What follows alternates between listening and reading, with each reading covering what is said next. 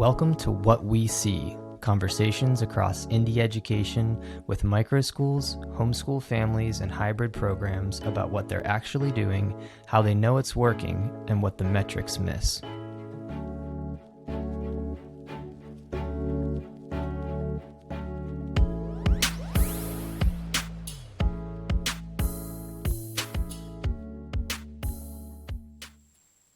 All right, I'm here with Sheri Grace from Piedmont Forest School. Thanks so much for jumping in and having this conversation with me today, Sheri. Sure. Pleasure to be here. Cool. Well, yeah, I'm excited to. I know you a little bit, but I don't think I know nearly as much as I'm going to learn today in the conversation. So I'm excited about this. Um, let's start at the beginning. Who is Sheri Grace? Well, maybe that's a big question. Let's say, tell me about, you know, how you got here. Piedmont Forest School is you're the founder of that project here in North Carolina. Tell me about how you arrived at this space to build this project and what it looks like. All right. Well, thanks for having me here. Um, I'm Sheri Grace from Piedmont Forest School. We are also starting an ALC, so now it's Piedmont Forest School Agile Learning Center. Oh, Uh, excellent. we started out as a forest school and a very small one in Little Creek Park in Winston-Salem, North Carolina. Uh, 5 years ago, with if we were lucky, we had 6 kids coming, uh, Hmm. 3 mornings a week for 4 hours each morning to play in the woods at the park where no one had ever actually played. I started it because when I learned about forest school, I was so intrigued. I was teaching a class in early childhood development as an adjunct at one of the schools nearby, colleges, and for some reason had never seen it anywhere in any textbook until then. And when I saw it, I thought, "Oh my goodness, how could I possibly have wound up with a PhD in education and never even heard of it?" Uh, Oh, there's let me count it the ways. Yes, that's where I started to be a little bit. I've always had a kind of I don't know, avant-garde or contrary view of education. Um, Hmm. I never wanted to teach in the typical or traditional school system, but getting a PhD in early childhood education, I had to learn how to teach teachers, Hmm. and that exposed me more to the traditional education. Because I had come from, I don't know if you know about a Bank Street College of Education in New Oh yeah. York. And so that was my introduction to higher ed. I got a Hmm. master's there. The idea of being in higher ed, and I had taught at the community college level, but never tried to teach at a university level. Hmm. So when I looked at that textbook, I went, "Oh my gosh, why haven't I seen this before?" I was a little mad. Yeah. um, Yeah, I could it, see that. it made me want to do it myself. I had already started an early intervention program on my own Hmm. after not finding the world of academia full time anything I wanted to do to do at that Hmm. point. And I thought I'll just start this little forest school under my current new business. And the insurance company That's thought interesting. otherwise. The insurance company said, "No, you're not. If you do that, we won't cover your original business. So don't do that." I Um, started a separate forest school under that. Yeah, in order to be able to do a okay. forest school. So Yeah, anyway, there's a few things there that I can relate to. One, the text, learning about this in your PhD program. I remember being a psychology undergraduate, um, and there being maybe like this page and this page in developmental psychology textbook that was this thick about alternative education models, and it was like two paragraphs about a Montessori, a paragraph about Waldorf or whatever. There might have been a sentence or two about about preschoolers or something. I learned about Summerhill from a friend who was deep in the stacks in the library. It wasn't even in the textbook.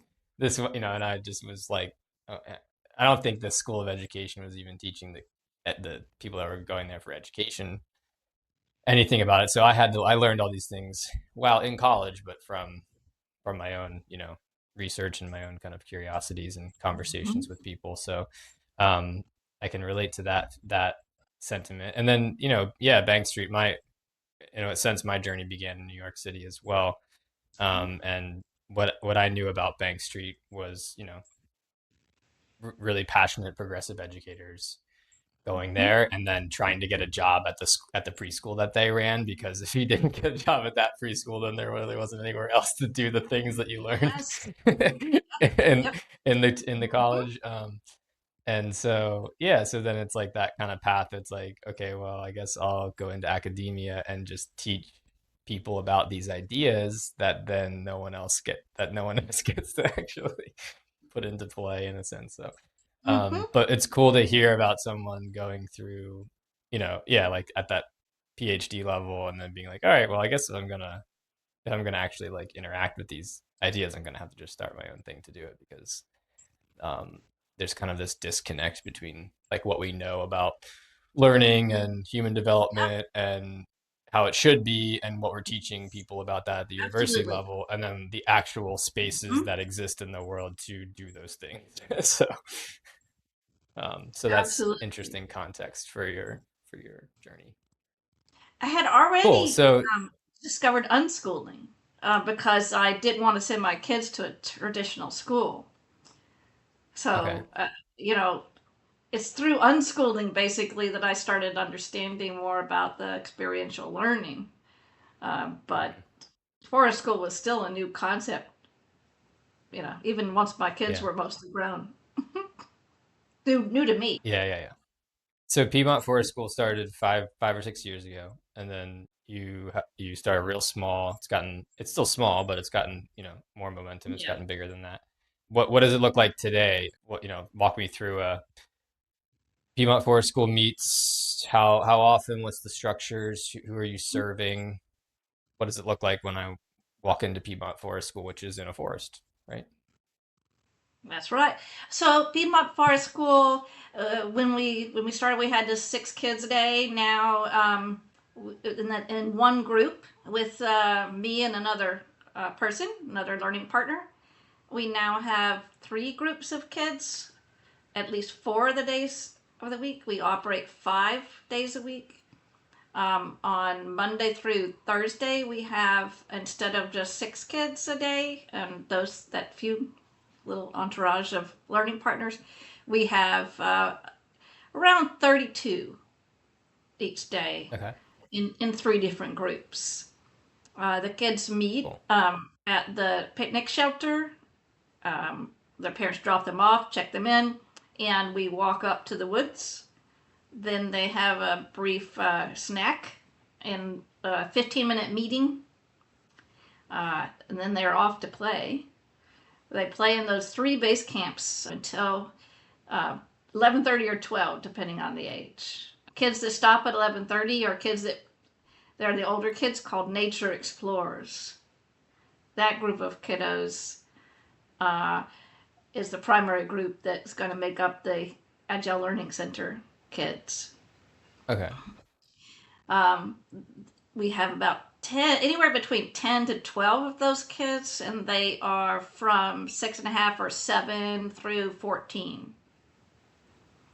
okay, They play cool. until 11:30, eat together at 11:30, and then get a choice between some group directed activities or group activities that we determine they enjoy based on a survey. And we cycle through Okay, these opportunities. Uh, they do that from 12 to 1. 1 o'clock, they have a little closing meeting and walk out of the woods to be dismissed at 1:30. When we start our Agile Learning Center in the fall, those kids will stay until 3:30. Those Okay. 4 days of So the they'll week. still be have that. They'll also have that forest school kind of Hmm. component for the first half of the Yes, day, and then yes. okay, interesting. And these are all homeschool families, right? Like everyone that Yeah, the older participates kids are is all registered. homeschoolers. Yeah, because yeah, you have to declare that you're a private school slash homeschool by 7. Yeah, Uh, yeah. they don't much care Okay, before right. that. So everyone under 7 is like, Right. unregistered, with the That's right. state, Hmm. undocumented, Hmm. yeah, in terms of education, choice or compulsory schooling laws. So okay, and then everyone over 7 is a homeschool family, and so they're coming somewhere between 1 and 5. Do you have anyone that's coming 5 days a week? They can come up. The nature explorers can come up to 4 mornings a week, Okay. 9:30 to 1:30. The forest kindred come all the way through the week, so Monday through Friday. Is it mostly drop off at that point, or parents Oh, involved, parents the sticking kids around? kids are dropped off from age 2.5 to 14. So everybody over two and a Okay. half is dropped off. So that's kind of, they need to be like just the type of kid at that age that's happy to go to leave mom and dad or Yes. whatever.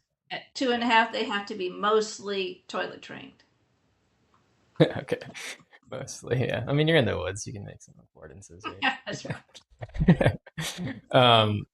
Cool. All right. So let's talk a little bit about like what learning looks like in your space, because I hear play, and group Yeah. activities, and at that age, play is learn. I mean, play is always learning, but at that age, that is like the primary vehicle, should be at Mm-hmm. least. So tell me, like, what the way I've been phrasing this question with folks I've been talking to on here is when something's really good, when it's a really good day, or when something's really good is happening, like you kind of walk into the one of the base camps or one of the areas in the forest where there's kids playing or activity, and you kind of get immediately get that vibe, like, oh, like it's good vibes right now. What does that look like? Because sometimes it can be like every little like every little thing is causing a kid to like fuss, and it's frustrating, and there's it's like just some days where it can just be really challenging, and that's just like humans, right? Obviously, but like when it feels like it's all working really well, or the good stuff of what you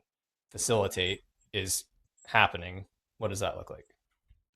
I would say that sort of feeling where you come into the woods and you see the groups of kids playing and you go, wow, this is such a rich, wonderful experience. And people are so calm. The kids are seem so happy, and everybody is chatting, and they're doing so many pretend play activities that are so, the pretend play is so rich, or they're solving problems together and um, running about, climbing, and balancing on logs and such, playing in the mud kitchen, making all sorts of baked goods. That sort of thing, that's really the reality most of the time.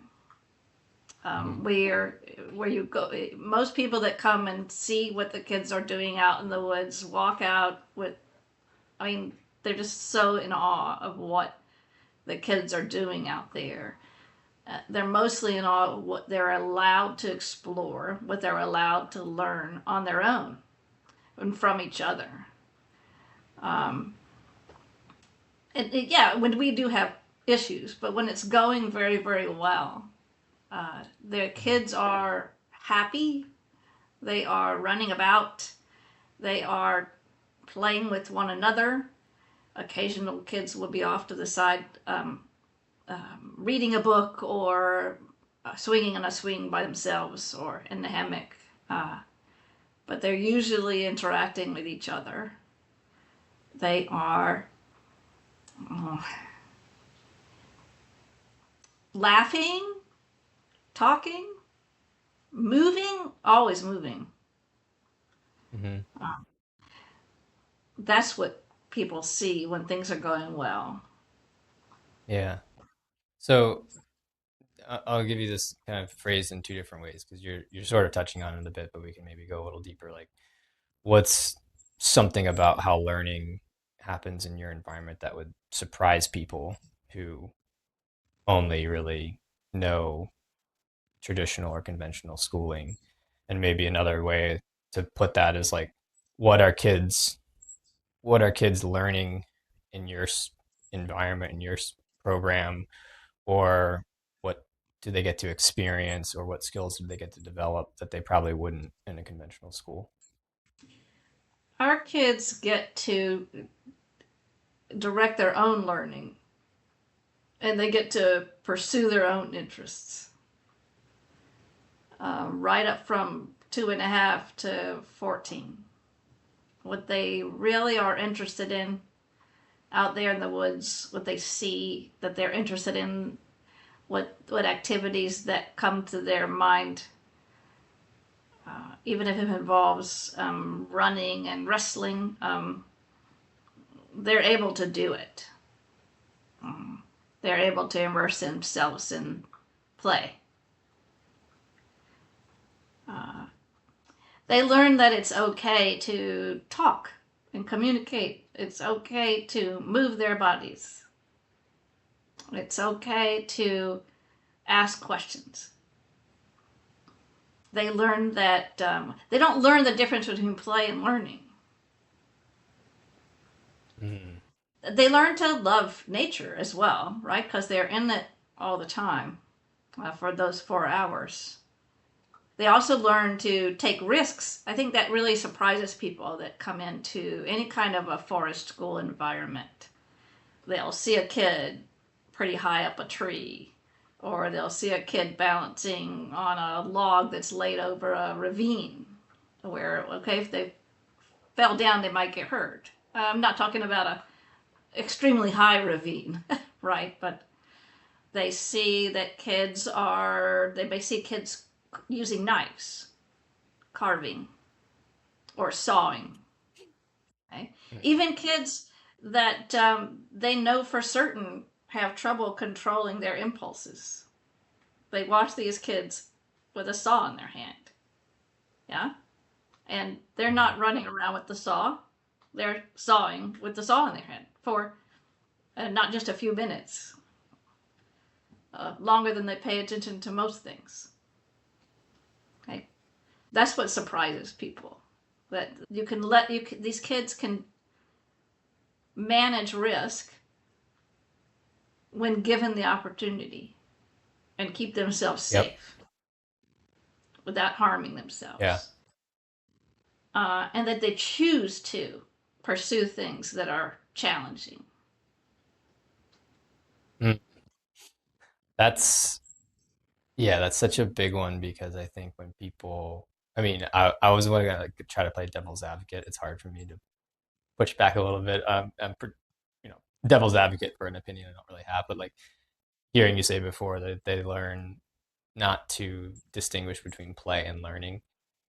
And then I think a lot of people who kind of come across these ideas of like self-directed education or, just environments that are maybe more like yours and the one that I steward as well are a lot of times can think like, well, if you don't make them do anything, or like if you don't, if they can choose all the time, if they can just play if they want, then how do they ever learn to do difficult things or push through? And it always comes back to like, if you weren't given this opportunity as a kid, then you don't really know what it's like as an adult then, and you don't have that muscle.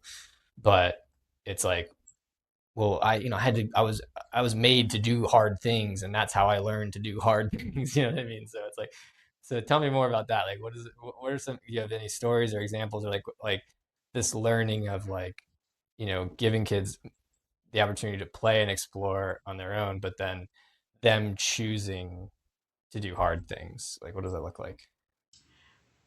Well, first of all, I've learned because I've watched the kids that it's never just play. because play is the learning. It's all about the play. So it's never just play. When you talk about kids doing hard things, mm, there's kind of a difference. There's two different kind of hard things. There's hard things that they realize are hard, right? Mm, And there's hard mm. things that they accomplish because when they don't really realize that anyone else would think it's hard. But they're Okay, just like in it to win it, they're right? just in it.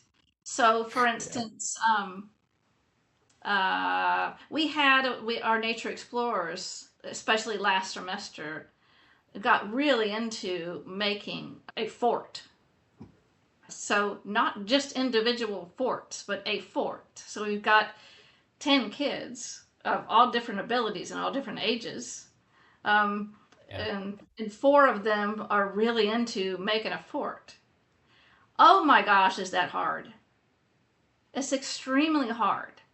And the hardest thing is not making the fort, it's getting along so Yeah. that you can do it, Right. right? And trying to, like, one of our forest school rules, because we do have rules, is everybody plays. You can't just simply exclude someone, okay? Because they don't get how to do it, or they refuse to follow the rules, or whatever, or not strong enough to pick up that this or that, or insist on messing things up, or are too little, right?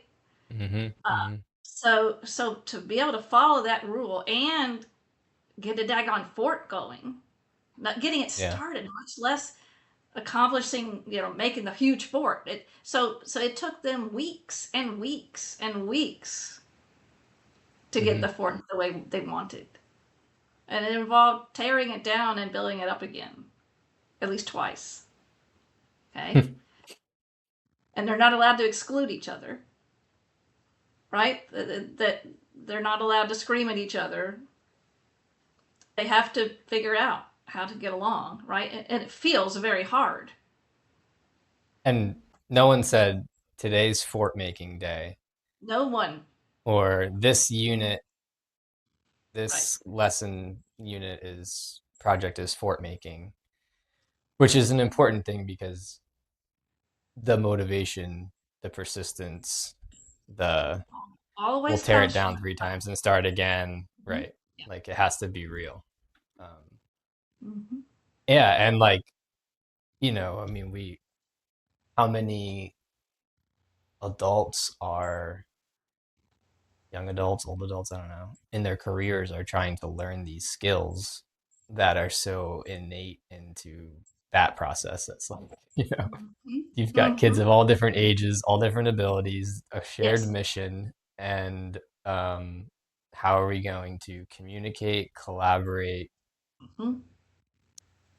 How are we going to compromise? How are we going to stay motivated? Yeah, I mean, gosh, it's not about the fort. Like, it's not about the No. end product. It's not about the No. thing they're doing or the content, right? It's about all of the learning that's happening in that process that you can't just kind of will into being with the perfect curriculum or whatever. Um, so yeah, tell me like like what's lost there? I mean, you're trying to like capture. How do you communicate? What would be lost if you were trying to give your forest school kids a grade. Oh my gosh. Yeah. I come from a background of higher education where if you give a grade, you have to have a rubric, right? Right. And I have spent. I mean, it's taken a long time to develop one rubric for one assignment and one course, right? This would take Yeah. forever to develop a rubric, but anyway, and then you have to have a reason to deduct points, Yeah. yeah, Right. Right. and award points. So completely and totally mess up. I mean, the kids' the motivation would be ruined, yeah, because all my students wanted to know was, what do I need to do to get a good grade? The whole magic, all the learning, all the nuance gets kind of Mhm. sucked out of that experience. So I'm going to ask you the question I ask pretty much everyone so far on these. The end here is the dominant story about learning in our world is that it's something that's measurable, as we guys are just kind of lamenting, and that it happens in classrooms. So if that's not your story, which I'm pretty sure it's not, what's your story about learning? What's the story you would tell instead? Oh gosh. Well, having seen what the kids do with very few materials, well, actually, there are a lot of materials, but they're just not me provided. Rocks and sticks and trees and mud and dirt, the terrain. I I don't understand why we ever wanted to bring kids out of that into a classroom and call that education. Mm. The world needs to understand that kids are capable of figuring out what they want to know more about, and given the chance to follow their own interests and to answer their own questions, to seek those answers, they will. They will. And if they need help to do it, they will not leave you alone until they get it. You don't need to worry that they're not going to learn. That's ridiculous. All right, cool.